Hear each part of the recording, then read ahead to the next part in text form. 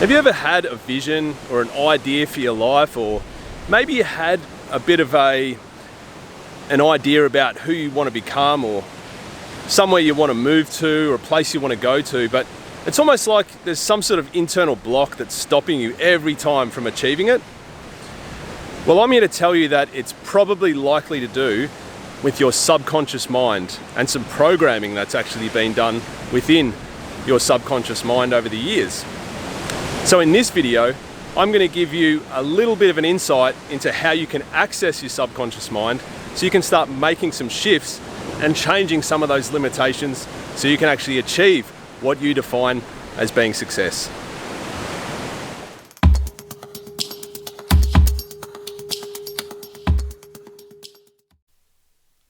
The conscious mind contains all of the thoughts, memories, feelings and wishes of which we are aware at any given moment. As you listen to my words, watch these images and process the information, you are using your conscious mind. It is the mind that has aspirations and conceptualizes ideas using our mental processing. This is the creative mind. The subconscious mind is the programmed mind. It is a reservoir of feelings, thoughts, urges and memories that are outside of our conscious awareness. Think of your subconscious as being the autopilot. This autopilot has been pre-programmed to continue on a bearing, and there is no way that you can deviate from that route without changing or deleting the installed programs that have been downloaded first.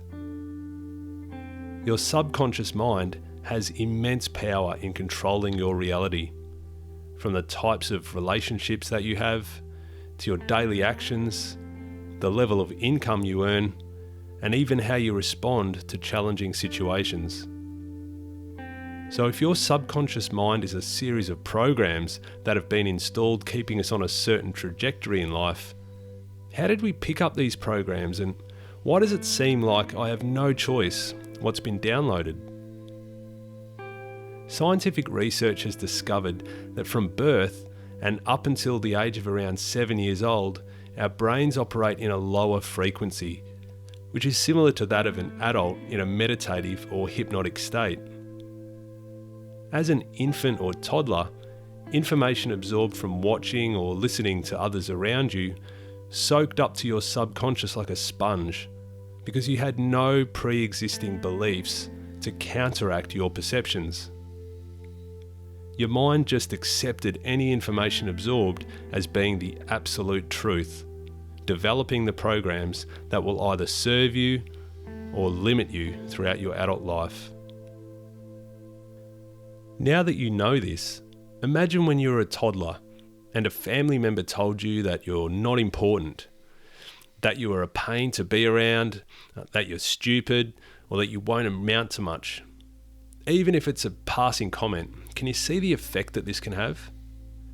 This information will be stored away into the child's subconscious mind for future reference and locked away as being a defining truth about their personality. Now consider these programs that are downloaded from television shows, the media, the home entertainment, or the people that influence you as a child. What type of language is being used? What messages are being given and subsequently absorbed? Now, it's easy to blame your childhood environment or your parents for some of this programming that's occurred, but most of it was done unconsciously and without any idea that this may seriously affect your limitations as an adult. If everyone was conscious of this as parents, we may have a significant shift in the language that's used to communicate to our children, but the majority of the population have no idea of the impact. So you are now part of the minority, so become conscious of your words and actions. So let's look at where you are now. Think about a time when you've thought up an exciting new idea or have been assigned a challenging project. Initially, you find yourself all enthusiastic about it and begin to work diligently towards achieving it.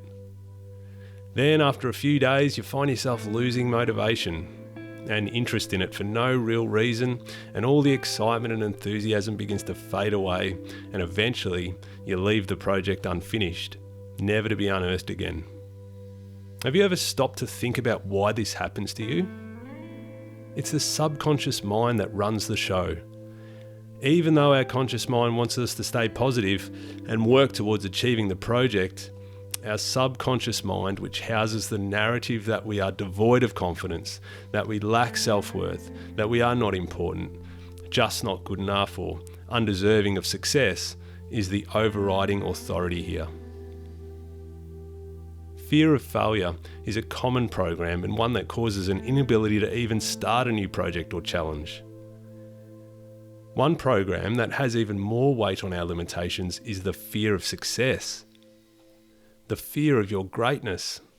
What would people think if I did something great? Would they abandon me or not love me anymore, leaving me to lead a lonely existence? Maybe I should just remain small and in the background so I don't offend anyone or make them feel insecure. When looking at this subconscious programming, it's easy to think, well, I'll just delete these downloaded programs right now as they obviously don't serve me. I'd like to say it was this quick and easy, but we need to understand that all of these programs are stored beneath your conscious awareness, and right now you are using your conscious mind. It is possible to shift out programs using your conscious state through repetition. Some call these affirmations. To use affirmations, you'd basically repeat a phrase that affirms a desired state of being or desired outcome.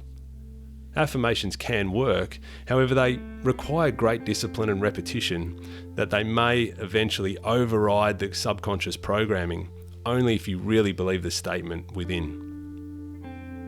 A preferred alternative is to learn how to access the operating system itself. This can be done through learning how to detach your awareness from your thoughts.